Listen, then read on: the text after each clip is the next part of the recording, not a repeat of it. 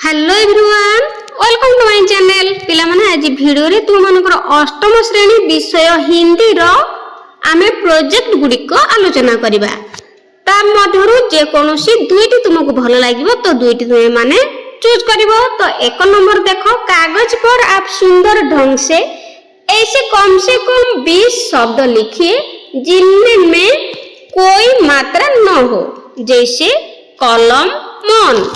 तो एमिति प्रश्न पचारिछि जे कागज रे सुंदर सुंदर अक्षर रे तु माने एमिति 20 टी शब्द लिखिबो जेउथिरे कि कोनोसी मात्रा नथिबो, जेमति कि कमल मन। देखो पिला माने एथरे कमल ले ना हसेकार ना आकार ना दीर्घिकार ना रुकार एमति किछि भी मात्रा नाही, से भली मन एई भली हमें 20 टी शब्द लिखिबा। तो तुम मानको खाता रे 20 टी सुंदर सुंदर कलर देकी 20 टी शब्द लिखिबो जेउथिरे कि मात्रा नथिबो। तेबे यार उत्तर करिबा, 1 रे कलम, 2 रे मन, 3 रे घर, 4 रे फल, 5 रे बस, 6 रे जल। जेहेतु हिंदी तेणु तुम माने हिंदी रे लिखिबो, एठु ओडिया रे तू मानक पय लिखि देइछि। तापरे 7 रे नल, 8 रे कमल, 9 रे मगर, 10 रे सड़क माने रास्ता, 11 रे मटर, 12 रे बटन, 13 शहद अर्थात महू, तापरे 14 रे नगर, 15 रे नमक अर्थात लूण, तापरे 16 रे अदरक माने अदा, तापरे 17 बरगद माने बरगछ, 18 रे अचकन एक प्रकार पोशाक, 19 रे उपवन, तापरे 20 रे शरबत। तो एई भली भाबरे तुम माने बिना मात्रा दिया 20 टी शब्द सुंदर सुंदर कलर देकी तुमे माने करबो। ता सहित तुमे फ्रंट पेज रे निश्चित भाव रे हिंदी रे निजर नाम, रोल नंबर इत्यादि क्लास लिखिबो सुंदर भाव रे सजैकी। तापरे 2 नंबर देखिबा।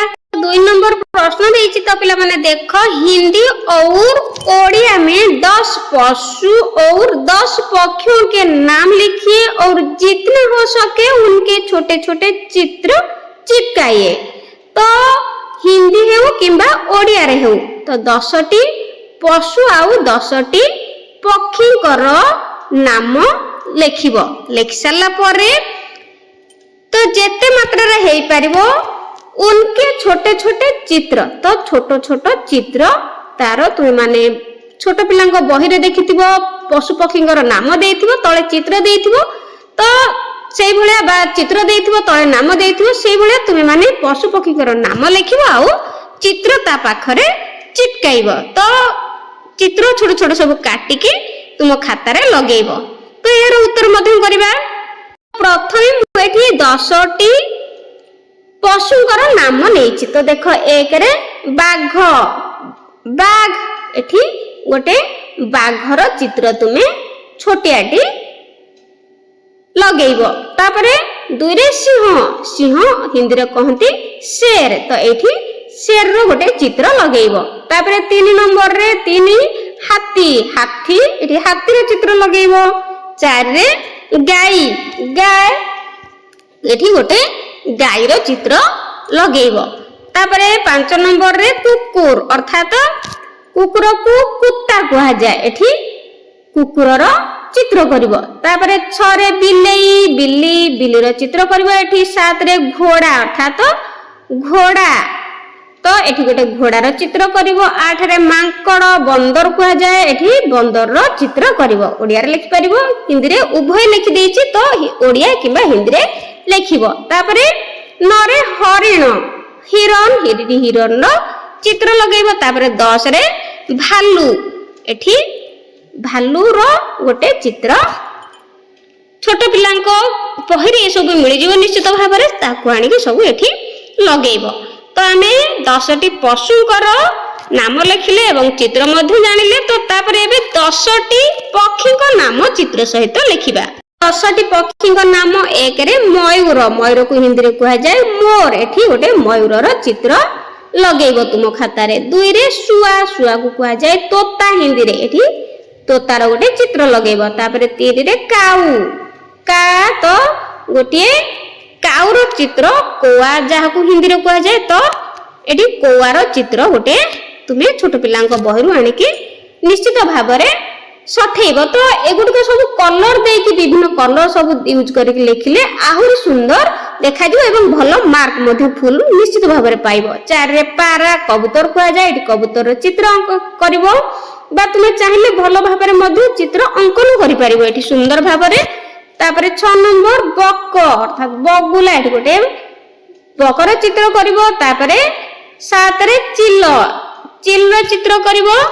तापरे 8 रे बादुड़ी जहाको कि दमगा दौड़ कह जाए, तो एठी बादुड़ी रो चित्र अंकन करिवो। 9 रे हंस, हंस तो यार हंस गोटे चित्र करिवो। 10 रे घर चटिया जहाको कि कह जाए गौरैया, तो एठी गोटे गौरैया रो चित्र निश्चित भाव में सठेब। 3 नंबर अपने राणा प्रताप के बारे में पढ़ा है, तो आपण निश्चित राणा प्रताप को वीर राणा प्रताप को विषय रे जानिथिबो। वो एक बहुत बड़े वीर थे, तो से जने बहुत बड़ वीर थिले। वैसे ही और किसी महान वीर की जीवनी पर इस वाक्य लिखिए, 10 वाक्य लिखिए। तो 10टी वाक्य लिखिबा आउ कौनसी जने महान वीरों को विषय रे उनका चित्र संग्रह करके लगाइए। तो राणा प्रताप भली आउ जने महान वीरों को नाम रे 10 धाड़ी रे लिखिबा एवं तांकर चित्र मध्य लगाइबा। तो यार उत्तर मध्य करिबा। छत्रपति शिवाजी महाराज राणा प्रताप भली आउ जने महान वीर हेउछंती छत्रपति शिवाजी। तो तांको विषय रे 10 धाड़ी लिखिबा। जेहेतु हिंदी प्रोजेक्ट करिबा तेणु हिंदी रे लिखिबा, ओडिया रे दे देछि तुम मानको जानिबा पई। तो देखो पिला माने छत्रपति शिवाजी महाराज भारत के एक महान योद्धा और कुशल शासक थे। यार अर्थ होछि छत्रपति शिवाजी महाराज भारतर जने महान योद्धा एवं कुशल शासक बा दक्ष शासक थिले। 2 रे उनका जन्म 19 फरवरी 1630 को शिवनेरी दुर्ग में हुआ था। तो तांकर जन्म 19 फेब्रुआरी 1630 रे शिवनेरी दुर्ग रे होइथिला छत्रपति शिवाजी को। 3 नंबर पॉइंट, उनके पिता का नाम शाहजी भोसले और माता का नाम जीजाबाई था। तो तांको पिता का नाम शाहजी भोसले एवं माता का नाम जीजाबाई थिला। 4 शिवाजी महाराज को बचपन से ही वीरता और साहस की शिक्षा मिली थी।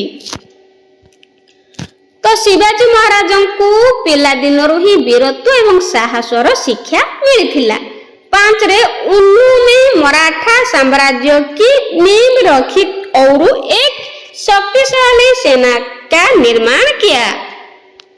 से मराठा साम्राज्यर भित्ति प्रस्तर स्थापन करथिले एवं एक शक्तिशाली सेना गठन करथिले। 6 नंबर पॉइंट रे उन्हें गुरिल्ला जहां की गरिल्ला युद्ध कहा जाए नीति का जनक माना जाता है। तांकु गरिल्ला युद्ध नीतिर जनक बोली मानिबाकू पड़िबो। 7 नंबर पॉइंट रे शिवाजी महाराज ने कई किलों को जीता और हिंदी स्वराज की स्थापना की। तो शिवाजी महाराज अनेक दुर्ग जय करथिले एवं हिंदी स्वराज प्रतिष्ठा करथिले। 8 रे वे महिलाओं का बहुत सम्मान करते थे और प्रजा के हित के लिए काम करते थे। से महिला मान को बहुत सम्मान करुथिले एवं प्रजा मान को हित पाए काम करुथिले। 9 रे उनका राज्याभिषेक 1674 में रायगढ़ किले में हुआ था। तो तांकर राज्याभिषेक 1674 रे रायगढ़ दुर्ग रे होइथिला। 10 रे 3 अप्रैल 1680 को इस महान देश प्रेमी और वीर योद्धा का निधन हो गया। 3 अप्रैल 1680 रे एही महान देश प्रेमी एवं वीर योद्धांकर निधन होइथिला। तो पिला माने छत्रपति शिवाजी को विषय रे आमे 10 धाडी लिखिले। एबे सेई छत्रपति शिवाजी को फोटो चित्र तळे लगाइबा। तो पिला माने एई हेउछंती छत्रपति शिवाजी बा महाराज छत्रपति शिवाजी। तो एही फोटो चित्र को तुमे माने नेट रु किंबा तुमानकर बहिरु संग्रह करी लिखि सारला परे एई फोटो चित्रटी को तुमे माने लगेइब तो लगेले निश्चित भाव में भल मार्क आसीबो।